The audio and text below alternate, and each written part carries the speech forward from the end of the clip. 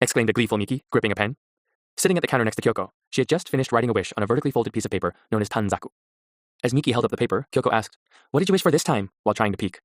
"I wish that Daddy's feet would start smelling nice," Miki read out energetically. Finding that terribly amusing, Kyoko blew a short raspberry. Giggling also, Miki dropped down from the seat and walked over to hang her tanzaku wish with the other decorations on the Christmas tree. It was an unusual time to be writing tanzaku, something people would normally do on the 7th of July, when the Tanabata festival is held. The tree was already festooned with several such wishes she had written, and their contents varied. Nagare was by far the most common theme among them. Aside from smelly feet, she wished that he would become shorter and that he would stop being so cranky. Kyoko often had to suppress her laughter. Writing wishes on tanzaku and hanging them on the Christmas tree was not a regular activity at the cafe. On seeing Miki practicing her writing, Kyoko had suggested, "Why not write wishes and decorate the tree with them?" Kazu, who normally didn't laugh that much, was chuckling too. The cheerful atmosphere even made Kurata, the man from the past, smile. "Stop just writing silly things," an exasperated Nagare grumbled, as he came out from the kitchen holding a square 20-centimeter box. The box held the Christmas cake, made by him, that Kyoko had ordered.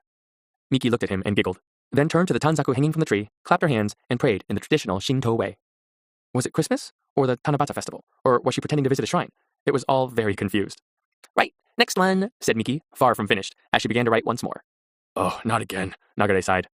After putting the cake box in a paper carrier bag, he said, "This is for Kinuyo," and added a takeaway coffee in a smaller paper bag. "Huh?" Kyoko started. Her mother, Kinuyo, who died that year in the last days of summer, had always enjoyed drinking Nagare's coffee. She had gone on drinking it every day while in the hospital, too.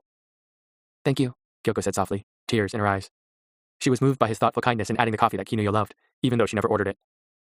Bereavement. It's a part of life, and carrying out acts of mourning allows us not to forget. Perhaps in the case of the large Christmas tree that Kay had left, the tree embodied not only her wish to never be forgotten, but was also a sign that she would always be watching over them.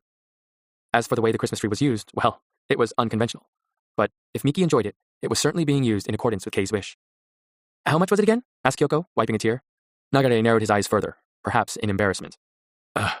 2,360 yen, he replied softly. Kyoko pulled the money out of her purse. "Here you go," she said, handing him a 5,000 yen note and 360 yen in change.